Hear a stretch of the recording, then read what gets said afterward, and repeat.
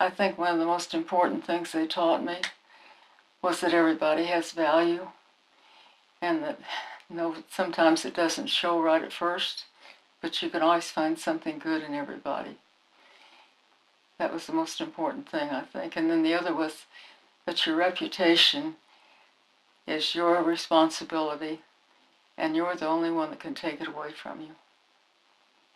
I think my earliest memory was, and it's sad, I was 17 months younger than my sister, and my sister died at 4.5. And my aunt was visiting later on, and I was putting on my shoes, and I said, "Look, Aunt Bess, I can tie my shoes, and Jackie can't tie them anymore." And it upset everybody so much, and I felt so guilty. And that's about the first memory I have, really. Well, I was born in Kansas City, Missouri, and lived there till I was 27. And my husband and I were transferred here to Virginia in 1955, and 1956, with our 3 children. And he worked for Amoco, and we lived here until his death, and he died when he was 54, so he died young. And 3 years later, I married another wonderful man, and we moved to Oklahoma.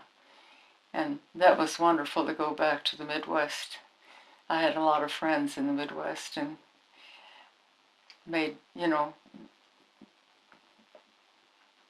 was able to see them again. And we lived there 26 years, and came back here when he had Alzheimer's, and our children said it was time to come home. And so we lived here, and he lived 3 years after we moved back here. And we were living in another institution, shouldn't call it an institution, independent living, and I lived there 7 years, and then moved here to the Arbors 3 years ago to kind of get a new start. The most challenging thing in my life was when I was 25, and my boys were just turning 5 and 3.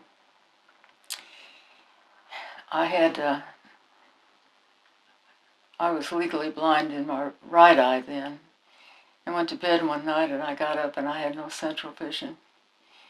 And turned out, after a lot of tests, it was a bacterial infection in my left eye, and I had lost all the central vision in it, so I was legally blind. And one doctor told me I had to learn Braille because I'd be completely blind within 10 years, and I said, "No, I won't be." And he sent a woman out who was going to teach me Braille, and I didn't let her come in the house.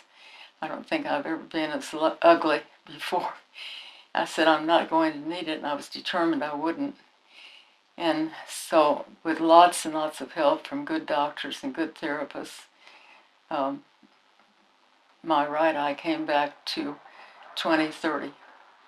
And it's not that now, it's about 20/40, but I had to learn to read over again and write over again. And I did that when my son was in 1st grade. I used his books, and we did our homework together. And it's changed my life. I mean, I wouldn't be the person I am now. I became a special ed teacher because of it. And went back to college when I was using a magnifying glass that had to be plugged into the wall in the classroom. And teachers were wonderful to me. I took a lot of courses at Christopher Newport and at William & Mary, and I graduated from Old Dominion when I was 50. So you don't ever give up. That's my theory in life. And I don't think I would have done with my life what I have. I was kind of a person when I was in my 20s that kind of on the fence about how I felt about anything, so I didn't contribute very much. And as time went on, I found my niches. And when we moved to Oklahoma, I did a lot of work in child abuse prevention and not to be egotistical, but I got a award from the state of Oklahoma for the work I had done with child abuse prevention. And do you know Sarah Bonwell? Are you familiar with it? It used to be a complete school for mentally handicapped, and I worked there a year, and then we moved to Oklahoma, and I became the substitute in special education for the whole county. And it was wonderful because I didn't have to work when I didn't want to, and we did a lot of traveling, and I wasn't held down because of my job. It was just kind of an ideal situation. Sounds nice.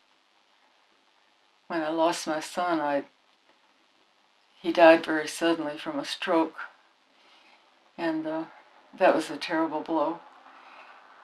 And one day I was sitting in the living room, and I thought, I've got two choices. I can stay like this and stay in grief forever, or I can maybe help someone else that's going through by getting myself up and going on and living my life. And that's what I did. It wasn't easy,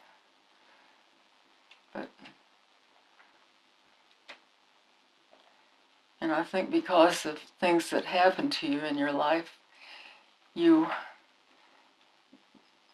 you look at them the right way, you can help other people. It's much easier for me to help someone now than it was 10 years ago.